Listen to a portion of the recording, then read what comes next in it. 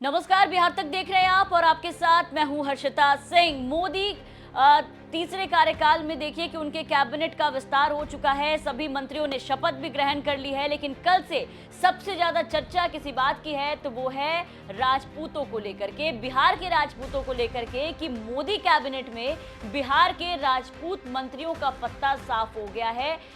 वो राजपूत जो कि सबसे ज्यादा बीजेपी के कोर वोटर माने जाते हैं, वो राजपूत जिसे बीजेपी सबसे ज्यादा भरोसा जताती है, उन्हें उनके उम्मीदवार भी खड़े करती है, उन्हें टिकट भी देती है, उन राजपूतों का देखिए कि मोदी कैबिनेट से किस तरीके से पत्ता साफ हो गया है।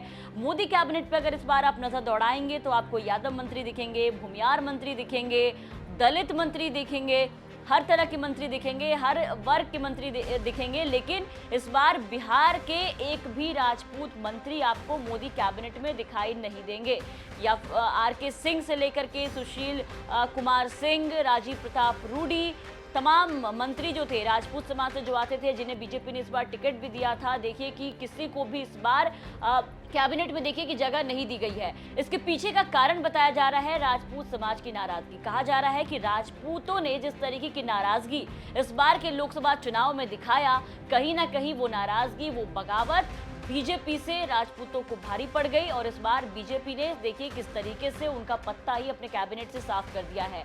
ऐसा इसलिए कहा जा रहा है क्योंकि बीजेपी के दिग्गज नेता, दिग्गज मंत्री जो है, आर.के. सिंह जैसे मंत्री, सुशील कुमार सिंह, ये सारे मंत्री जो हैं वो चुनाव हारते लोकसभा में इस बार दिखाई दिए।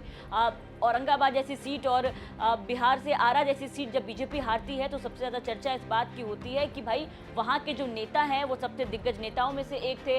और आर.के. सिंह की अगर हम बात करें तो देखिए कि वो विकास पुरुष के नाम से जाने जाते हैं। आरा में कहा जाता है कि आर.के. सिंह ने खूब विकास किया है और बेशक बहुत काम भी आर.के. सिंह ने किया, लेकिन आर.के. सिंह को उनका अहंकार यहाँ पर ले डूबा।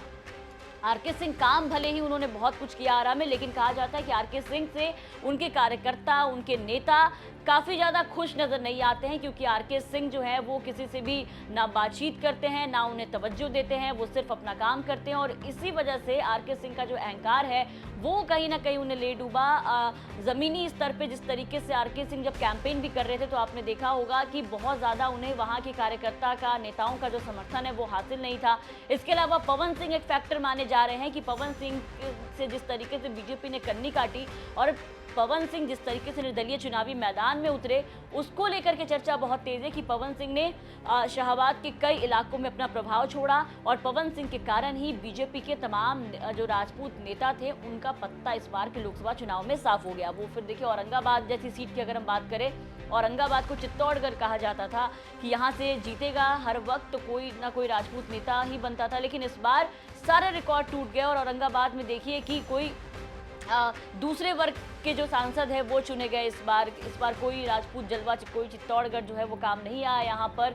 तो लगातार कई सीटें जो है वो बीजेपी को गंवानी पड़ी अपने कई राजपूतों को टिकट देने के बाद भी। लेकिन वहीं दूसरी तरफ राजीव प्रताप रूडी की हम बात करें, राधा मोहन सिंह की अगर हम बात करें तो ये भी राजपूत नेता हैं और देखिए कि इन लोगों ने जीत जो है वो दर्ज की है। लेकिन जिस तरीके से इनकी जीत हुई है उसको भी लेकर काफ़ी चर्चा है कि जैसे तैसे भले ही राजीव प्रताप रूडी हो या फिर बाकी कैंडिडेट ने जीत हासिल कर ली, लेकिन जिस तरीके से कई सीटों पर जो बीजेपी का पत्ता साफ हुआ, आरा और औरंगाबाद और जहां से उनके राजपूत कैंडिडेट खड़े थे, उसको लेकर के चर्चा है कि राजपूतों ने कहीं ना कहीं आरा में आर.के. सिंह को वोट नहीं दिया और यही कारण बताया जा रहा है कि मोदी कैबिनेट में राजपूतों की नाराजगी उनको यहाँ पर भारी पड़ी है कि बिहार में एक भी राजपूत मंत्री को इस बार कैबिनेट में जगह नहीं दी गई है। हालांकि अगर आप मोदी कार्यकाल के पहले और दूसरे कार्यकाल पे नजर डालेंगे तो वहां आपको दिखेगा कि राजीव प्रताप रूडी हो या फिर आर.के. सिंह हो, इन तमाम नेताओं को वहां पर जगह दी गई थी। इससे पहले मोदी सरकार के पहले कार्यकाल में इस कोटे से राधा मोहन सिंह और राजीव प्रताप रूडी, तो दूसरे कार्यकाल की अगर हम बात करें तो आर.के. सिंह को जगह दी गई थी।